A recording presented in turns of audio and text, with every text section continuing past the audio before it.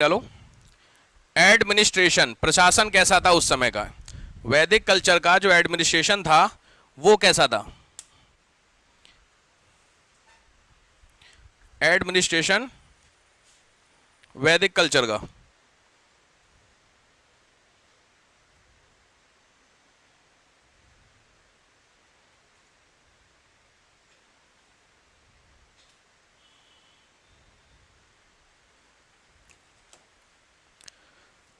लिखो, मतलब जो किंग होते थे उनकी हेल्प करने के लिए कौन कौन लोग होते थे उसकी बात कर रहा हूं मैं।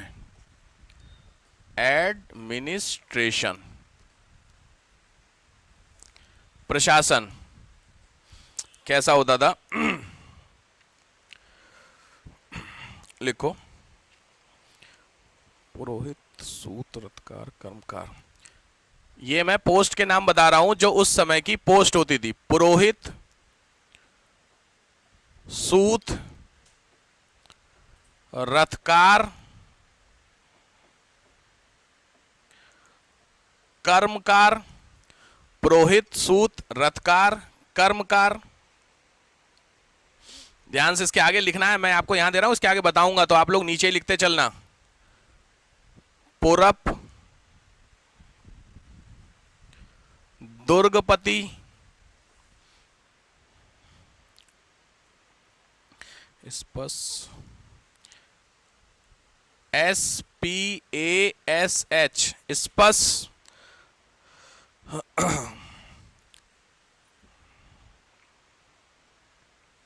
व्राजपति, VRAJPATI। ये बेसिकली राजा की हेल्प करने के लिए इतनी सारी आपकी पोस्ट होती थी, ठीक है। इसमें से कौन कौन सी पोस्ट है? पहला आइए पुरोहित। अच्छा लिख लिए, लिख लो पहला पुरोहित। पुरोहित में लिखो चीफ प्रीस्ट, मुख्य पुजारी। स्टार लगाओ, उस समय की सबसे इंपॉर्टेंट वैदिक पीरियड की टॉप की पोस्ट है पुरोहित। सबसे इंपॉर्टेंट पोस्ट है वैदिक पीरियड की पुरोहित। बाद में यही फिर PM में कन्वर्ट हुई है, प्रधानमंत्री। वजीर सुने हो, वजीर मुगल काल में यही वजीर में कन्वर्ट होती है। नेक्स्ट, चीफ प्रीस्ट, पुजारी। करमार में लिखो, करमार एडमिनिस्ट्रेट, सूत है क्या? सूत लिखो। टेक्सटाइल हेड, टेक्सटाइल कपड़ा विभाग का प्रमुख। नेक्स्ट है रथकार, नाम से पता चल रहा होगा, रथ, चैरियट, जो रथ होता था उसका हेड।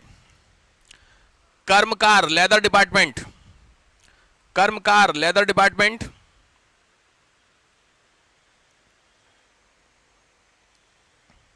नेक्स्ट पुरप, इंपॉर्टेंट है। पुरप होता था head of the fort, head of fort, किलों का मुख्य अधिकारी। किले जो होते थे उस समय, फोर्ट, उनका हेड, किलों का हेड। नेक्स्ट, किलों का हेड। नेक्स्ट क्या है? पुरब क्या? दुर्गपति, दुर्गपति में लिखो असिस्टेंट टू पुरब, पुरब का सहायक, असिस्टेंट टू पुरब, पुरब का सहायक। नेक्स्ट, स्पस, स्पस लिखो ध्यान से, स्पस ये होते थे स्पाई, गुप्तचर। स्पाई होते थे गुप्तचर उस समय के। और व्राजपति लिख लो, हेड ऑफ, हेड ऑफ गोचर लैंड, GOCHAR, गोचर भूमि का प्रमुख होता था।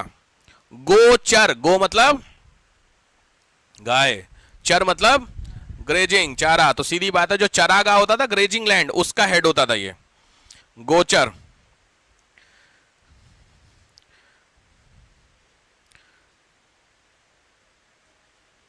दूत वैसे इसमें है नहीं, दूत तो जानते होगे तुम लोग ना, दूत वर्ड सुने हो? अरे जो भेजा जाते थे मैसेंजर, हाँ, एक जगह से दूसरी जगह जो लेके जाते थे ना इंफॉर्मेशन लेके, हाँ, दूत आया है उसको विश्राम कराओ, नहीं, दूत को मारा नहीं जाता, ऐसे पिक्चर उच्चर देखे होगे यार। चलो, ये रही कहानी व्रजपति विदत सभा समिति, ठीक है। यहां पर एक इंपॉर्टेंट है पोस्ट, वो है जज। जो जज होते थे उस समय उनका नाम था प्रश्न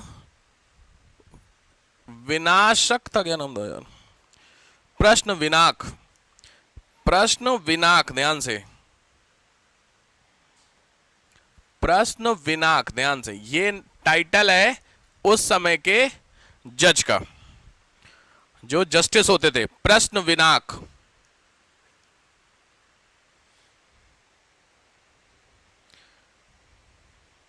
डन, ये हुआ तुम्हारा एडमिनिस्ट्रेटिव कहानी खत्म।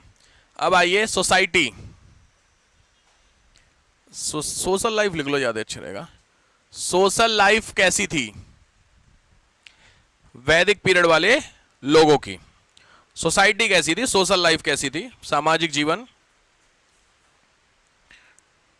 एक चीज मैंने पीछे भी आपको बता दी थी कि हेड कौन था, फैमिली का फादर, क्योंकि पीछे था फादर डोमिनेटेड था, तो लिख लीजिए फादर डोमिनेटेड, पहला पॉइंट इंपॉर्टेंट है।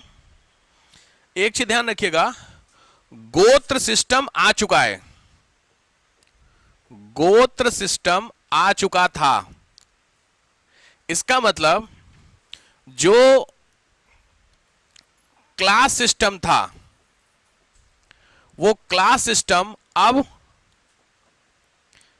बर्थ बेस हो गया था। इसका मतलब समझ में आया? आप ब्राह्मण हैं, आप ब्राह्मण हैं, क्षत्रिय हैं, वैश्य हैं, शूद्र हैं, क्यों? क्यों? वर्क से, वर्क से होता फिर तो कहना ही क्या था। आपकी हरकतें हैं कुछ और वाली, लेकिन हैं ब्राह्मण आप। क्यों? क्योंकि आपके पापा ब्राह्मण हैं। फर्क समझ में आ रहा? क्यों? रीजन हुआ ये, आप ब्राह्मण वाले गोत्र में पैदा हुए हैं इसलिए आप ब्राह्मण हैं, लेकिन हरकतें आपकी ब्राह्मण वाली है नहीं। हरकतों का मतलब ब्राह्मण का मेन काम क्या था, मैंने बताया था उधर, टीचिंग्स। हरकतें आपकी कोई और वाली हैं, कोई और में नाम मत लेना, क्योंकि आप हरकतें बोलते शूद्रों वाली, पता चले बवाल कर दिया आपने, इश्यू हो सकता है ना, बोल दिया आपने कल के हरकतें आपके शूद्रों वाली और ब्राह्मण, इसका सीधा मतलब आप क्या डिफरेंशिएशन कर दे रहे हो भाई साहब, मजाक नहीं। और सामने जो इंटरव्यू ले रहा है वो शूद्र, आपने खत्म कर दी कहानी। हरकतें सरवाइन के शूद्र वाली और है ब्राह्मण, वो सामने इंटरव्यू ले रहा बेचारा, फिर बताए तुम्हें, वो समझ रहे हो? बोलना मैंने भी तो नहीं बोला ना, मैंने बोला हरकतें कुछ और आपकी, लेकिन आप बोल रहे ब्राह्मण, बिकॉज ये कायदे में बर्थ बेस की जगह वर्क बेस होना चाहिए। जैसे आपके कर्म हो उस हिसाब से आपको क्लास डाले, तो जब गोत्र सिस्टम आ गया तो ऑटोमेटिकली क्लास तुम्हारी क्या हो गई, बर्थ हो गई। अब आया समझ में? ये इंपॉर्टेंट पॉइंट है, बर्थ बेस। नेक्स्ट, पुत्र, सन, सन मेन प्रॉपर्टी, मुख्य संपत्ति पुत्र हो चुका है यहां पर। पुत्र समझ रहे हो, लड़का। No rights of female, female के राइट खत्म। पिछले वाले में याद है, इंडस वाले में कुछ याद आ रहा है? प्रॉपर्टी राइट्स थे। सोचो इंडस वैली में प्रॉपर्टी ट्रांसफर होती थी बिटिया को, लेकिन अभी प्रॉपर्टी खत्म, सीधी बात। तो मतलब डिक्लाइन हो रहा है, अच्छा हो रहा। प्रॉपर्टी आप में से कितने लोग हैं जो देने के हक में नहीं है? लड़कियों को प्रॉपर्टी ट्रांसफर नहीं करनी चाहिए सर, करनी चाहिए? ठीक बात। तो जहां आपकी शादी होगी वहां पे जो आपकी नंद होगी उसको भी आपके हस्बैंड की प्रॉपर्टी ट्रांसफर होनी चाहिए। माहौल बन गया। अपनी प्रॉपर्टी ट्रांसफर होनी चाहिए, लेकिन अपने पति की प्रॉपर्टी ट्रांसफर नहीं होनी चाहिए। अब बताइए लॉजिक, खत्म हो गया सारी शराफत। सुप्रीम कोर्ट में यही बोला था उसने, जो जज साहब थे उन्होंने बहुत क्लियर बोला कि बॉस प्रॉपर्टी मैं हस्बैंड की तुमको दे रहा हूं, लेकिन हस्बैंड मतलब प्रॉपर्टी जो तुम्हारी घर की है, भाइयों से प्रॉपर्टी तुमको दी जा रही है, लेकिन तुम्हारी हस्बैंड की आधी प्रॉपर्टी तुम्हारी नंद को दी जाएगी। मना कर दिया आंटी जी, नहीं चाहिए। गजब सिस्टम, समझ में आया? ये है, बुरा नहीं मानिएगा, बट लॉजिकली ये है फीमेल का हिसाब किताब। आप समझ रहे हैं ये क्या है? सीधे सीधे समझ गए? हाँ, तो इसीलिए सुप्रीम कोर्ट ने प्रॉपर्टी ट्रांसफर की है कि जो प्रॉपर्टी होती है वो बच्ची मतलब जो लड़की होगी उसको मिलेगी। तो ये सब जगह अलाउ है ना, तुम्हारे हस्बैंड की प्रॉपर्टी भी तो ट्रांसफर होगी, तो वो हम अलाउ नहीं करेंगे। ससुराल वाली, मायके वाली हमें मिले, ससुराल वाली ना जाएगी। गजब सिस्टम है, इसीलिए कोर्ट ने मना कर दिया, भैया होगी तो दोनों, नहीं तो कोई सी नहीं। सही बात भी है। चलो भैया अगला, ये हाँ, प्रॉपर्टी ट्रांसफर राइट्स नहीं थे। Next, joint family system. Joint family system, संयुक्त परिवार प्रथा आ चुकी है, ज्वाइंट फैमिली सिस्टम। नेक्स्ट,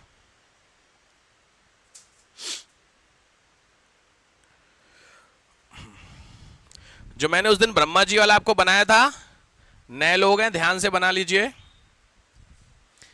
ये है, इससे बने हैं आपके ब्राह्मण, ब्राह्मण ब्रेन से। ये जो आपका शोल्डर है, इससे बने हैं क्षत्रिय। ये है थाई, इससे बने हैं वैश्य। और ये है टो, इससे बने हैं शूद्र। ध्यान से, ये है कौन? तो ये है ब्रह्म। ये जो बात मैंने आपको बताई है, ये बात मैंने कहां से उठाई है? तो ये बात उठाई है, एक किताब है पुरुष सूक्त। ध्यान से, ये किताब कहां से है? तो ये किताब है ऋग्वेद। उस ऋग्वेद का 10th मंडल, 10वां मंडल, मंडल को बोलते हैं चैप्टर। हिसाब पूरा क्लियर हो गया? ये बात ध्यान से नोट कर लीजिए। ऋग्वेद का 10वां चैप्टर, उसका नाम है ये, उसमें से ये बात बताई गई है जो मैं बता रहा हूं। ब्राह्मण, क्षत्रिय, वैश्य, शूद्र, बॉडी के अलग अलग पार्ट्स है जिनका रोल अलग अलग होता है। ब्रेन जो होता है दैट इज फॉर टीचिंग, सबसे ज्यादा इंपॉर्टेंट है, तो ब्राह्मण को दिया गया। क्षत्रिय होता है शोल्डर आपका, ये किसके लिए होता है? फॉर द फाइट, मजबूती के लिए। वैश्य होते हैं आपके थाई, थाई क्या होनी चाहिए? मजबूत, फॉर द ट्रेड, चलने के लिए। भाई जितने पैर आपके मजबूत होंगे उतना आप चलेंगे, उतना चलने से क्या होगा? आप बिजनेस करेंगे, व्यापार करेंगे। और टो होता है शूद्र, विच इज फॉर सर्विस, सेवा। ये सारी बातें इसमें बताई गई है। अच्छा है बुरा? ये चारों सिस्टम अच्छा है कि बुरा? हिस्ट्री में जो बात कही गई सब गलत वाली सब गलती है क्या? ये ऋग्वेद में लिखा गया है और ऋग्वेद को दयानंद सरस्वती कहते सब सही है। आप बताइए। अच्छा साहब, गांधी जी सही मानते थे। गांधी जी पढ़ोगे जब आगे तो गांधी जी क्लास सिस्टम को ठीक मानते थे, को कहते थे बढ़िया सिस्टम, ऐसा होना चाहिए क्लास सिस्टम। आप गांधी जी पागल थे? हाँ तो वही तो कह रहा हूं मैं, तो ये अच्छा, वही तभी तो पूछ रहा हूं मैं, अच्छा है बुरा है?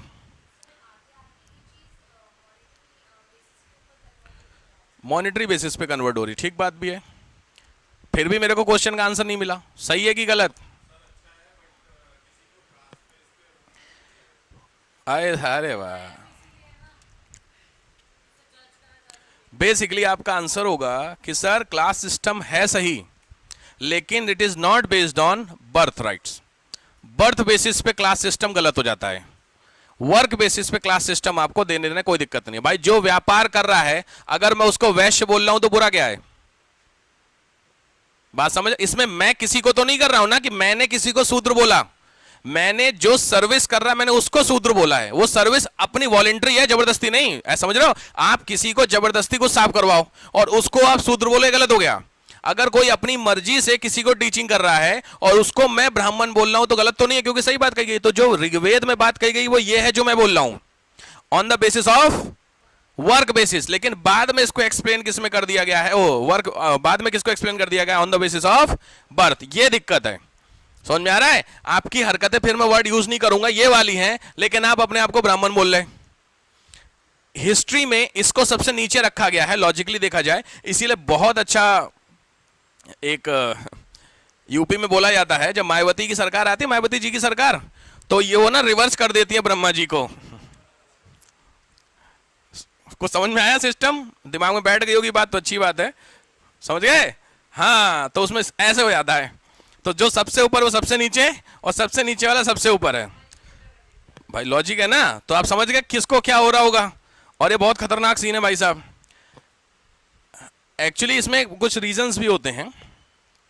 कुछ लोग जानबूझ के कैटेगरी में से बाहर नहीं निकलना चाहते हैं, उसके पीछे भी रीजंस होते हैं। सबसे बड़ा रीजन तो है आपका रिजर्वेशन, बहुत बड़ा बेनिफिट है।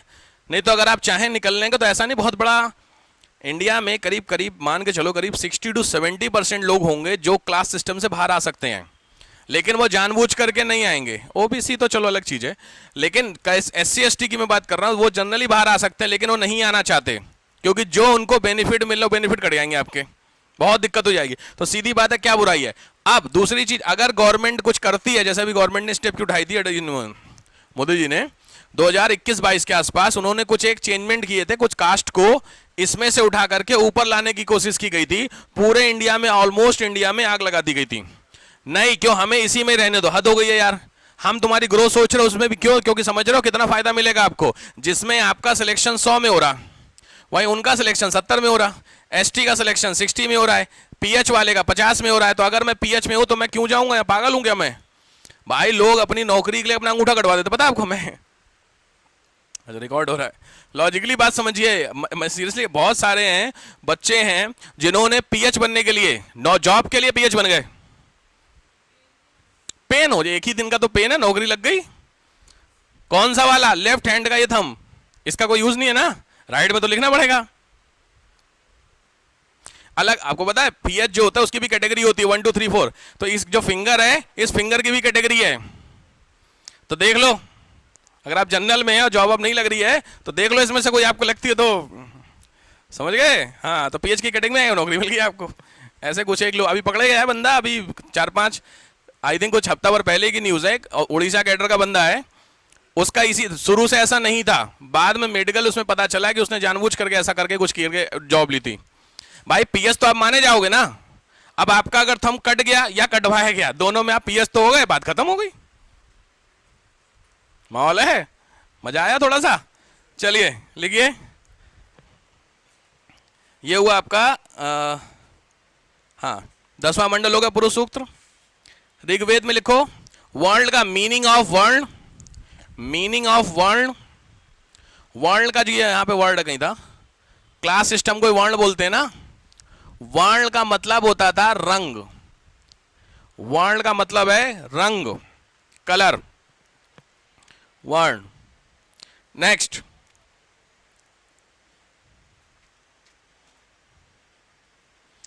शूद्र। अच्छा ये तो हो गया, ये ध्यान रखना, स्टाफ बहुत इंपॉर्टेंट पॉइंट है। पूछा हुआ है कि जो शूद्र वर्ड है ये सबसे पहली बार कहां मिला है, तो ऑब्वियस है ये नाम याद रखना। ऋग्वेद में तो है ही, ऋग्वेद में इसका नाम कई बार आपको मिलेगा, ठीक है। तो अगर आप इसको लिख लो, शूद्र वर्ण, शूद्र word, Shudra varna word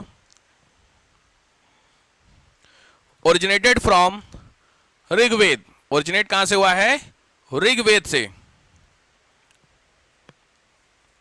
next,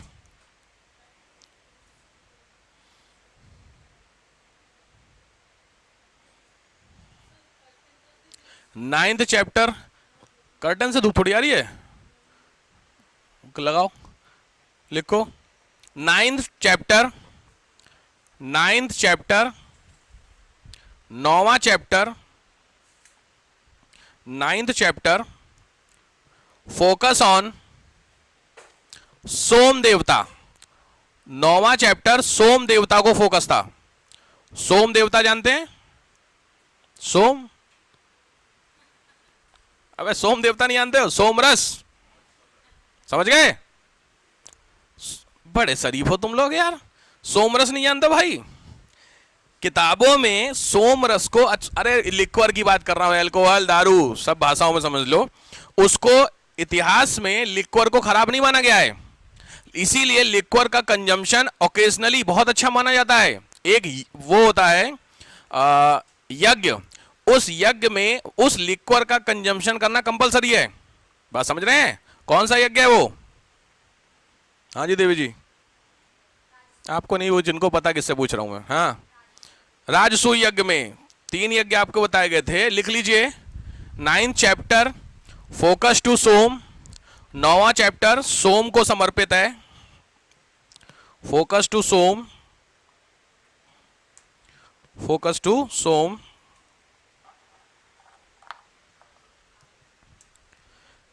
इसी में दूसरा पॉइंट क्या लिखे हो, क्या बोला मैं, फोकस टू सोम, हाँ लिखो consumption of liquor, consumption of liquor, liquor का कंजम्पशन, अल्कोहल का कंजम्पशन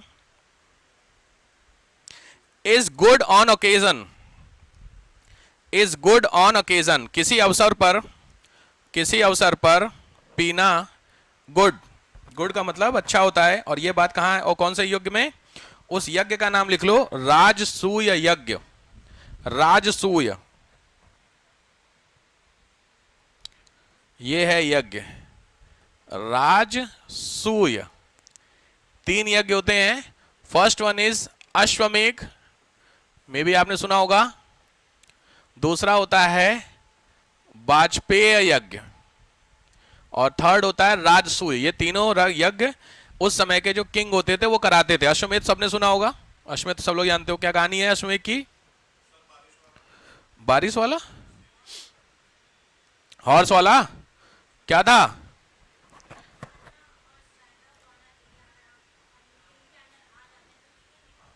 हाँ बिल्कुल सही बात है, लाइक दिस, इस तरीके का एक पूरा इंडिया है और यहां का एक किंग है एक्स, ठीक है, इन्होंने क्या एक छोड़ा, हॉर्स, ठीक है। ये हॉर्स, अब जैसे ये सारे एरिया हैं अलग अलग है ना, इंडिया के हिसाब से ऐसे सारे एरिया हो गए, मान लो ऐसे करके एक बना लो, मतलब समझ लो ऐसे ही, ठीक है, इतने एरिया है। तो इस एरिया में हॉर्स आपका ऐसे ऐसे होते दौड़ेगा, समझ रहे हो, ऐसे करके फिर ऐसे करके सब स्टेट में होकर के जाकर के वापस आएगा, समझ गए। अब इसमें से हो सकता है 2 चीजें, कंडीशंस हैं, अगर ये हॉर्स यहां वाले स्टेट में पहुंचा तो यहां का भी कोई ना कोई किंग होगा, वो किंग या तो इसको क्या करेगा, रोकेगा या नहीं रोकेगा, सही बात है। अगर इस किंग ने इस हॉर्स को रोक लिया, इसका मतलब है कि वो इस राजा को चैलेंज कर रहा है, तो अब इस बंदे को इस किंग से क्या करनी होगी, फाइट। इस फाइट में या तो ये जीतेगा या तो ये हारेगा, ये कहानी होगी। और अगर नहीं रोका मतलब ये एरिया इस राजा के कंट्रोल में आ गया। इसीलिए राम भगवान ने क्या छोड़ा था, अश्वमेध, याद है, घोड़ा छोड़ा था, जिसको किसने पकड़ा था, लव कुश ने पकड़ा था। कहानी कुछ याद है, सब जितने, जब लव कुश को पकड़ा तो फिर भेजा गया होगा राम जी की आर्मी, तो राम के सब लोग गए थे, हनुमान जी गए थे, देखा पूरा रामायण देखिएगा, बड़ा अच्छा दिखाया, पुरानी वाली रामायण में बड़ा अच्छा दिखाया है, सबको पकड़ पकड़ के मार रहे थे, लव कुश देखे थे, अरे सबको, भरत को मारा, शत्रुघ्न को मारा, बहुत पीटा। हनुमान जी जहां, हनुमान जी का अलग लेवल था भाई, हनुमान जी और बाली ये 2 ऐसे व्यक्ति थे जो राम के अलावा रावण को मार सकते थे, ठीक है, लेकिन जिस हिसाब से कहानी है उस हिसाब से मारना किसको था, राम को मारना था। इसीलिए बाली का वध राम द्वारा किया गया और हनुमान जी केवल आग लगा के चले गए, देखे, ये कुछ कहानी है। तो हनुमान जी जब गए वहां, हनुमान जी को तो सब भाई कॉन्सेप्ट पता ही है, तो उन्होंने सीधे सीधे लव कुश से बात, देखो रामायण पुरानी अगर याद हो देख लेना, बड़ा अच्छा उसमें दिखाया गया है। अंत में राम भगवान खुद जाते, राजा है, चैलेंज आपको हो रहा, तो राम खुद गए, याद रखिए, और धनुष बाण उठा लिए। तो अब राम अलग ही लेवल है भाई, आप समझ रहे हैं, लेकिन राम को नहीं पता था उस समय कि मेरे बच्चे हैं, बिकॉज वो उस समय इनकारनेशन थे एक किसके, इंसान में ना, तो एक इंसान को थोड़ी पता होगा फ्यूचर के कौन क्या है, कहानी को लेकर के कुछ कहानी है ना। तो जब मार देते तो कौन आते हैं, लव कुश के गुरु कौन थे, सीता किसके आश्रम में थी, वाल्मीकि, तो वो आते हैं निकल करके, याद रखिए कि क्या कर रहे हैं। वहीं से एक वर्ड यूज हुआ है बाल हट, में भी सुना होगा आप लोगों ने, कि आप तो क्या है, राजा हैं, बाल हट के सामने मत करिए। बाल हट समझते हो, बच्चों की जिद, तो बाल हट वो लव कुश कर रहे थे कि घोड़ा हम नहीं देंगे, नहीं देंगे। राम भगवान ने तान लिया था, मजाक नहीं था वो, उनको उन्होंने जब उठा लिया धनुष बाण तो फिर तो अलग ही कहानी थी वो, ठीक है भाई। चलिए 9th वाला हो गया, हाँ ये क्या मैं बता रहा था, हाँ अश्वमेघ वाजपेय यज्ञ में होता है, डैश करके लिख लो, चैरियट रेस, रथ दौड़ होती थी, चैरियट का रेस होती थी, यानी जो किंग कराएगा वो चैरियट की रेस कराएगा इसमें। और राजसूय का मतलब होता था कोरोनेशन सेरेमनी, कोरोनेशन समझते हो, राज्याभिषेक, जिसमें राजा बनाया जाता था, वो ये। तो ये 3 यज्ञ अलग अलग king according to their need कराते थे। अश्वमेघ सब लोग नहीं करा पाते थे, मजाक नहीं है ये, समझ रहे हो।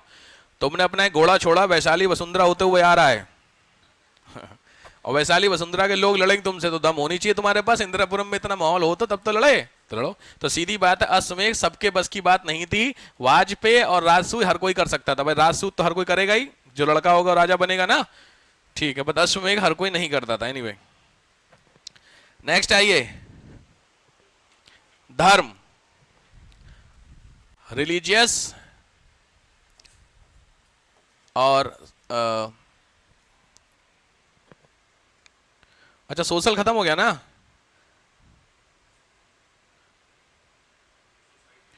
सोसाइटी हो गया था ना। अदर्स में लिखो, धर्म के अलावा एक साथ ही करा दे रहा हूं मैं, अदर्स लिख लो,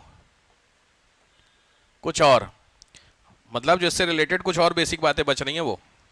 अदर्स में पहला, अदर्स में आ जाओ फर्स्ट। यार तुम लोगों ने कर्टन लगा दिए, चलो भाई इसको हटा देता हूं मैं।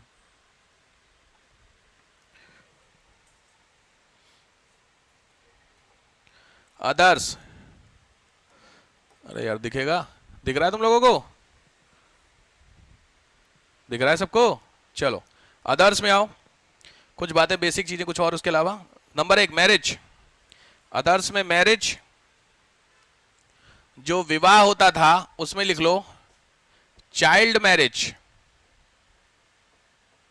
ध्यान रखना, अच्छी बात यह है कि चाइल्ड मैरिज नहीं थी उस समय, चाइल्ड मैरिज नहीं थी, ये बहुत दो चीजें हैं बहुत अच्छी इसमें ध्यान रखना। पहला, चाइल्ड मैरिज नहीं थी। दूसरा, नेक्स्ट वर्ड, अमाजू, अमाजू, अमाजू, इसको लिखो अनमैरिड फीमेल, अविवाहित महिलाएं। महिलाओं का मतलब है कन्या तो विवाहित होती हैं, साथ साथ में जो उनकी एज निकल जाती है तो ये वो हैं जिन लास्ट तक जो शादी नहीं करती थी, उनको अमाजू वर्ड बोला जाता था, ऐसी फीमेल को अमाजू। नेक्स्ट, अच्छी बात जो मैं बता रहा था वो था नियोग सिस्टम, नियोग प्रथा थी। नियोग प्रथा का मतलब लिख लीजिए डाइवोर्स, यस, डाइवोर्स सिस्टम, इसको नियोग प्रथा बोलते हैं। डाइवोर्स समझते हैं? मैं हमेशा एक क्वेश्चन यहां पे तुरंत ही पुटअप करता हूं, डाइवोर्स आपकी नजर में अच्छा है कि बुरा? अच्छा है, फिर तो फ्रीक्वेंटली होने चाहिए। अरे तो फिर क्यों अच्छा नहीं है? फिर तो समाज के उससे अच्छा नहीं है, वैसे किससे अच्छा है? आपके उससे अच्छा है डाइवोर्स सिस्टम जी, उनके लिए अच्छा है, समाज के लिए बुरा है? कौन बोला? सिचुएशन पे डिपेंड है सर। देखो सब चीज बड़ी समस्या है, सब कुछ सिचुएशन ही पे डिपेंड होता है, जितनी भी हरकतें हैं सब सिचुएशन पे है। डाइवोर्स सिस्टम में बहुत सारी बातें होंगी इस पे, तलाक प्रथा को लेकर के सुप्रीम कोर्ट ने बड़ा अच्छा बोला है कि जिधर रिसेंटली आप डेटा उठाएंगे डाइवोर्स का, बहुत स्पीड में डाइवोर्स हो रहे हैं इस समय इंडिया में, बहुत स्पीड में, और कुछ लोग इसके सपोर्ट में हैं, कुछ लोग अपोज में भी हैं, ऑब्वियस बात है। आपसे अगर पूछेगा तो फिर क्वेश्चन का कुछ एक आंसर होना चाहिए कि डाइवोर्स सिस्टम, देखो डाइवोर्स गलत चीज तो है ही, लॉजिक बात है, लेकिन ये भी नहीं मतलब है कि फिर मजबूरी में आप रहें, वो भी दिक्कत है ना। ठीक बात है, चलिए कुछ समझेंगे आगे। नेक्स्ट लिखिए, रीमैरिज, रीमैरिज पुनर्विवाह, रीमैरिज पुनर्विवाह, यस, किसका पुनर्विवाह? विडो। और किसका होगा पुनर्विवाह? मतलब एक बार शादी हो गई तो किसकी हुई? जिसकी हो गई ना, वो उसकी दोबारा शादी होगी तो इसका मतलब सेम हस्बैंड रहने के साथ ही साथ दूसरी शादी तो नहीं होगी ना, तो कॉमन सेंस क्या हुआ? अच्छा ये विडो दोनों का है, विडो मेल विडो, हाँ मेल विडो को पता नहीं क्या बोलते हैं, क्या बोलते हैं? विडोअर, इंग्लिश में क्या बोलते भाई? यही शायद बोलते ना, हिंदी में विधुर बोलते शायद ना, विधुर। कोई नहीं, आप लिख लो जेंट्स विधवा, फीमेल विधवा, जो है यार बड़ी समस्या है यार इंग्लिश में।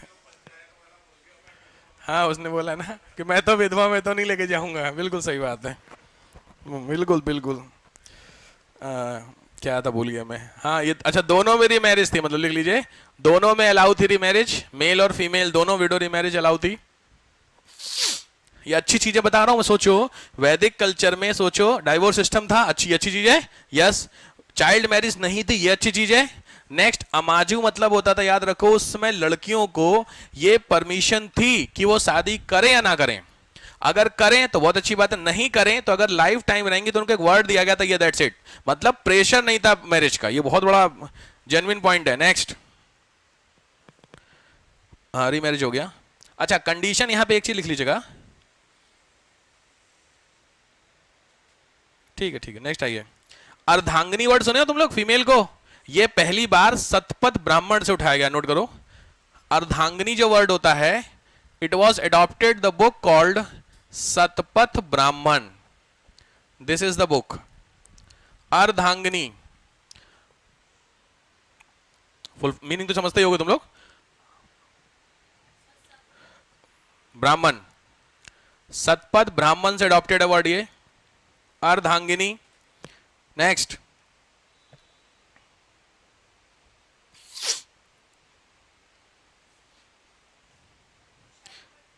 ब्राह्मण, SATPATH, क्या मतलब? नहीं, नाम है किताब का, ऐसे बस सतपथ ब्राह्मण। आज वो कहाँ है तुम्हारे मित्र? वो आज 1 तारीख से आने वाली थी, आज से ही थी? अच्छा, नेक्स्ट। हाँ, उपनयन संस्कार फीमेल का, उपनयन सिंपली भाषा में इट इज नोन एज जनेऊ। फीमेल का जनेऊ आप क्या होता है? हमारे नहीं होता है, अभी नहीं होता, उस समय होता था उपनयन संस्कार फीमेल का। जनेऊ संस्कार सब लोग समझते हो? जनेऊ सब लोग जानते हो भाई? नहीं जानते बिंदास पूछ लेना मेरे से। जनेऊ सब लोग जानते हो मेरे हिसाब से? वो आपने देखा है धागा पहनते हैं बुजुर्ग लोग, नहीं आते, फिर वो कान में लगाते हैं, समझ गए? हाँ, वो संस्कार होता था विच इज नोन एज उपनयन। कौन से नंबर का है ये? संस्कारों की लिस्ट लिखवाई थी, कौन सा नंबर था? लिखवाया था ना? मेरी टेंशन पूरा, अपना अपना देखो भैया। नेक्स्ट, हाँ फीमेल का। नेक्स्ट, वहतु। इतिहास गवा रहा है, वहतु क्या है पता है? ये है आपका गिफ्ट टू फीमेल। दहेज को कभी भी दहेज नहीं बोला गया इतिहास में, ध्यान रखना, आज भी नहीं बोला जाता है, उपहार ही बोलते हैं। तो जो वहतु शादी के समय गिफ्ट दिया जाता था फीमेल को, उसको ये टर्म दिया गया है, वहतु, उपहार। Next, women education, yes, women education, yes, महिलाओं को शिक्षा का कंप्लीट राइट्स। नेक्स्ट, देखो सबसे अच्छी बात बताऊं, जो ऋग्वेद आप देख रहे हैं, उस ऋग्वेद में मैं कुछ फीमेल के नाम दे रहा हूं, ध्यान से। पहली फीमेल है लोपा मुद्रा, बहुत इंपॉर्टेंट वर्ड है, स्टार लगा लेना, बहुत काम की चीज दे रहा हूं मैं। घोषा, सिकता, सिकता, अपाला, APALA, अपाला। ध्यान से, ये वो फीमेल हैं जिनका कुछ राइटिंग्स ऋग्वेद में लिखी गई हैं। बहुत इंपॉर्टेंट क्वेश्चन पूछे अगर किसी फीमेल, क्योंकि जितना भी ऋग्वेद वगैरह का कंटेंट है सब मेल ने लिखा है, कौन सी फीमेल है जिसका कंटेंट गया है, तो ये 4 फीमेल के नाम रट जाना। लोपा मुद्रा तो रट जाना भाई साहब, लोपा मुद्रा।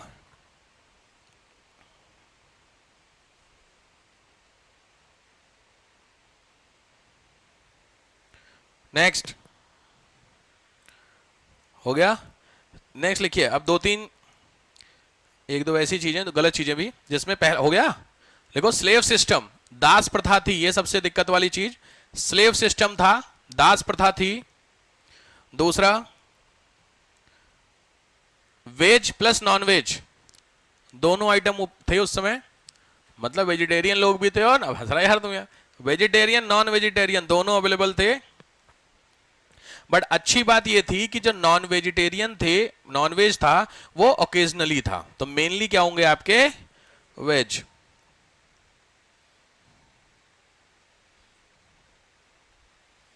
थ्री टाइप ऑफ क्लॉथ, 3 तरह के कपड़े थे, 3 टाइप ऑफ क्लॉथ।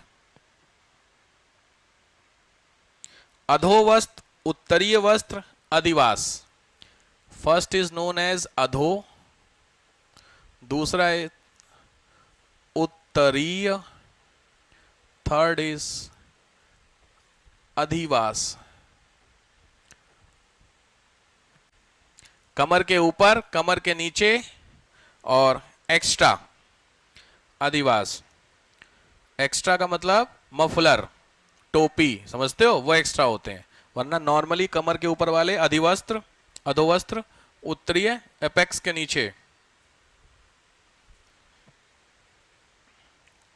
नेक्स्ट हाँ ठीक, maximum use of ornaments, jewellery तगड़ी पहनी जाती थी, maximum use of ornaments, jewellery बिल्कुल प्रॉपर वे में, टेंशन नहीं। इतिहास गवाह रहा भाई साहब, सोना पहनने में इंडियंस ने कभी भी भेदभाव नहीं किया। इंडस वैली में था नहीं तो मजबूरी थी, वैदिक में सोना आया और जो माहौल बना तब से लेके आज तक सरकार परेशान है कि सोना कम पहनो। इंडियन कितना वो देगा सोना, 78 कहां पहुंच गया, 76-77 पहुंच गया कल। सोच के देखिए गरीब आदमी क्या करेगा अगर उसकी बिटिया की शादी है। सोचो, मैं तो इमेजिन कर रहा हूं आज से 10 साल बाद सोना जो गरीब लोगों में क्या होगा। भाई आपका 6 साल में सोना डबल से बढ़ रहा है। इवन मैंने 2015 में गोल्ड था 28,000 मेरी आंखों के सामने, जो मैंने 2015 में, और 2024 चल रहा है मोटा मोटी, और कितना हो गया, ट्रिपल मोटा मोटी हो गया अप्रॉक्स। अब हिसाब लगाइए 2000 मतलब 10 साल के अंदर आपका गोल्ड ऑलमोस्ट डबल हो गया, डबल से ज्यादा ही होगा, डबल से मतलब लगभग लाख रुपए के आसपास का। अब हिसाब लगा लो भाई साहब, लाख रुपए 10 ग्राम अगर गोल्ड होगा तो गरीब आदमी कहां से लेकर के आएगा। आपको लगता है 10 साल में कितनी, भाई 10 साल पहले गरीब की इनकम कितनी थी भाई, लॉजिकली कुछ थी, और अभी भी गरीब की इनकम कुछ है। क्या फर्क पड़ गया, 1 किलो सोना खरीद सकता गरीब आदमी अभी, इतना फर्क आ गया क्या, नहीं ना। तो अगले 10 साल में भी कुछ खास फर्क होना नहीं है। फिर कांग्रेस को जिता दिया, फिर तो कहना ही क्या है कोई। अच्छा हुआ नहीं, मैं भूल गया था। हाँ भाई बड़े वो खतरनाक है भाई वो, राहुल गांधी की फैन है तो फिर तो बात ही खत्म हो जाती ना, उसमें थोड़ा सा है दिक्कतें। बट इसमें गवर्नमेंट किसी का भी देखें, चाहे बीजेपी चाहे कांग्रेस, गवर्नमेंट दोनों कह रही है कि साहब गोल्ड कम करिए, लेकिन वही इंडियंस वाला हिसाब किताब है तो वो है। बट शुरू में जो गोल्ड था उस गोल्ड में लिख लो मैक्सिमम यूज ऑफ गोल्ड, और दोनों में मेल और फीमेल दोनों में डोमिनेंस था गोल्ड को लेकर के, दोनों ठीक ठाक तरीके से गोल्ड पहनते थे। नेक्स्ट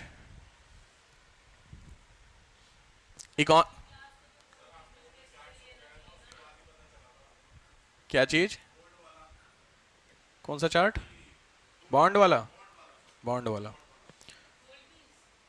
बीज नहीं बॉन्ड, कहाँ पढ़ रहा गोल्ड बीज यार, बेट उतना ही पड़ा हुआ है फिलहाल तो, मैं देख रहा हूँ उसको, उसके बाद से देख रहा है। अरे हटो यार, वो उतना ही चल रहा है, मैं देख रहा हूँ पिछले 2-3 महीने से उतना ही है वो। चले अगला इकोनॉमी में, इकोनॉमी में लिखिए एग्रीकल्चरल लैंड। इकोनॉमी में एग्रीकल्चरल जो लैंड थी उसका नाम है उर्वरा, URVARA, उर्वरा, उर्वरा, यह है आपका एग्रीकल्चरल लैंड। दूसरा तक्षा, थोड़ा टेक्निकल नाम दे रहा हूं मैं, TAKSHA, तक्षा, यह है आज के समय का कारपेंटर, कारपेंटर तक्षा। ये केवल वही एग्जाम में दे रहा हूं जो IAS या PCS में आ रखे हैं, ठीक है, वैसे बहुत कुछ है, नीड नहीं है, कारपेंटर था। नेक्स्ट पनी, IAS के लिए बहुत फेवरेट क्वेश्चन, पनी, इसको ऐसे लिखिएगा पनी, ये होता था ट्रेडमैन, 10 बार IAS में आया ये पनी, मैं बार बार कह रहा हूं ध्यान से, पनी ट्रेडमैन, उस समय के जो व्यापारी होते थे उनको बोलते थे। अच्छा एक चीज ध्यान रखना, एक किताब है जहां पर पनी का मतलब जो एनिमल होते हैं ना, उनके जो थीफ होते हैं उनका भी सेम नाम दिया गया है, स्टार लगा लो, थीफ ऑफ एनिमल। एक बुक है जिस बुक में पनी को यह नाम दिया गया है, थीफ ऑफ एनिमल, पशु चोर। नेक्स्ट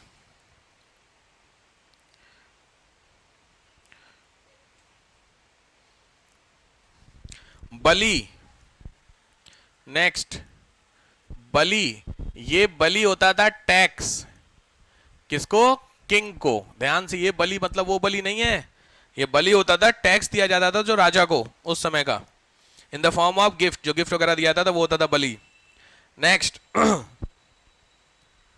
बेकनाट, बेकनाट, बेकनाट, ये होते थे सूदखोर, सिंपली भाषा में मनी लैंडर, जो पैसे कमाते थे, ब्याज कमाते थे, जिसको सूदखोर, बेकनाट।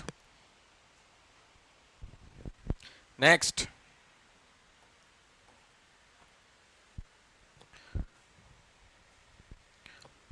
काऊ, गाय, ध्यान से, गवेशन गोशु गव गम। पहला नाम गवेशन, दूसरा गवेशन गोसु, GOSHU गोसु। गव्य, सिविल्स का क्वेश्चन, गव्य और गम्य, GAMYA। ये चारों नाम काऊ के हैं। गाय, गाय बहुत इंपॉर्टेंट था गाय के लिए। दूसरा काऊ के लिए इंपॉर्टेंट पॉइंट, काऊ को बोला गया है अघन्या, अघन्या, अघन्या, घन्या मतलब होता है मारना, अघन्या यानी जिसको मारा नहीं जा सकता है, वो है काऊ। नेक्स्ट,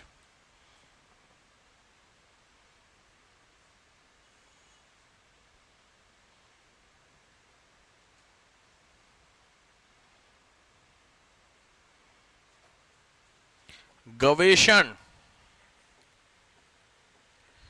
गवेषण, गवेषण का मतलब होता था जो काऊ होती थी ना उसके लिए फाइट होती थी।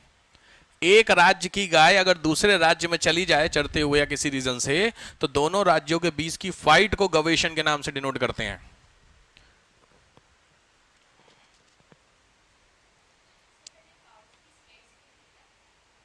क्या थी? कमी थी, कमी नहीं थी, बट मतलब माना बहुत अच्छा जाता था, थोड़ा स्पिरिचुअल पॉइंट से काऊ को माना जाता। अभी रिलीजन उसमें आओगे, स्पिरिचुअल उसमें बता दूंगा मैं।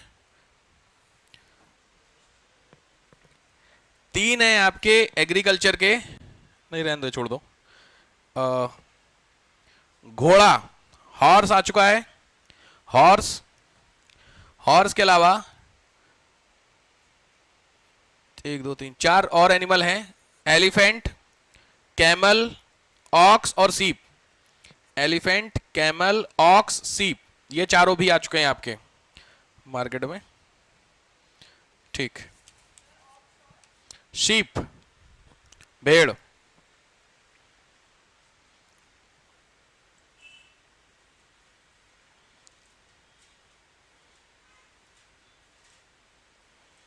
लास्ट आइए,